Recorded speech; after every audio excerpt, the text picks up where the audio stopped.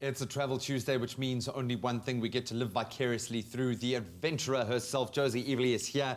She's been jetting around the world, posting unbelievable pictures and living the life. It's a tough job, you know? It's a tough job, but it is a job. And I think people often forget that you really do go to extremes, especially now that you've covered so much of the earth in South Africa. You really have to go deep when you go somewhere and really explore it. Now, I think every matric holiday in the world has been either Ballito or Plettenberg Bay. Rage is awesome there.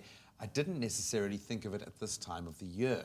I know we're getting a lot less rain, which might play into that, but is Plet a cool place to be during winter? I think so. It's strange. It's always been that thing that I associate with December holidays as well. And I've recently done some exploring in the colder months, and I can report that there is definitely stuff happening. It is a little bit more of a local scene, but I almost prefer that. It's no fighting for queues for a whole bunch of things, and there's lots on offer.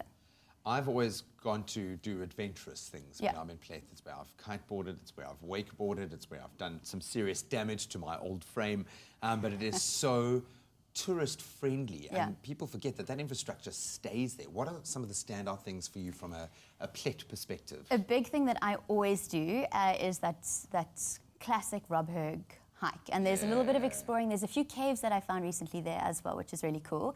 So I think that in itself is like a whole day, and as you said, there's dolphin adventures and kayaking to the point, and the chance to see hammerhead sharks, which was such a cool sort of bucket list tick thing for me. And they come so close that they literally bump your canoe as you go.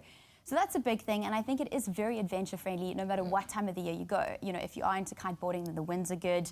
There's all those things that you've got to think of. The winds will be good now. The winds will be epic. But I think some things that are really exciting is I've gone sort of off peak, so I've got to hang with the locals. And I think 2 or 3 things that have popped up which are really exciting for a local perspective is there's this new restaurant, which is a bit of a hidden gem in the courtyard sort of center, a bit tucked away from Main Street, which is called the Golden Palm. And all it does is dim sum and poke bowls and sake. And it's got like 3 tables. It's a little bit Balinese sort of style, but just so cool, and it's a true gem. I went there now every single time I go to Plet. That's the new staple, you know? I love pokey. That's my new thing, man. Add it to the list, it's so good. So there's that, and then 2 sort of accommodation offerings which are really exciting at the moment is there's this place called the Bungalow, Plet's version, and it's a beach bar, but it's kind of modeled on a bit of a European style. I want to say hostel, but it's so much cooler than a hostel. So basically the founder went and did a bit of South America trekking and was just blown away by, even on a small budget, what you could get in Europe with the standards versus what we've got here.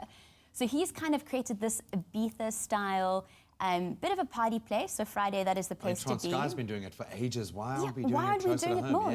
So that was his thinking, and he's kind of developed this sort of hostel offering, which has got family villas and suites, but it's also got pod beds, which are literally eco-friendly. And for a couple $100, you know, the students can now afford to go for a weekend instead of it just being a sort of rage thing. And all the good things. And wine. One thing I've learned is that if there is a wine route to be sniffed out, Josie will find it. Exactly, I will. And Plet's is strangely underrated for me. I think because they are all sort of on one stretch. So in a 10K radius, you've got everything that you need, which makes it really awesome. And there's a lot from Lodestone to Bramon. People are doing really exciting things there, and it's a little bit tucked away, so I feel like we've got to give them some love. But I would say at least give yourself a day or 2 to just go and check it out.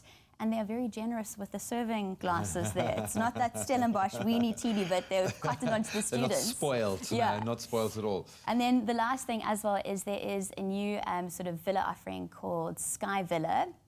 And it is dubbed to be Plet's new premier venue, which is cool. So it basically is the highest vantage point, and it looks over the whole of Plet. It is open to everyone for sunset, so I'm thinking this place is going to be the new sunset spot in Plet. And it's got a sky bar, which is also a little bit revolutionary. So you look out and you've got 360 degrees over Plet. There's sort of jacuzzis and pools at the top there. So it really is. So we've hit every level. We have hit every level. I enjoy it. Where Josie goes is where you can probably find pictures of all of these unbelievable adventures and a poke bowl or 2. Josie, we love you. Go and visit Plet. Don't wait until summer. Do it tomorrow if you can.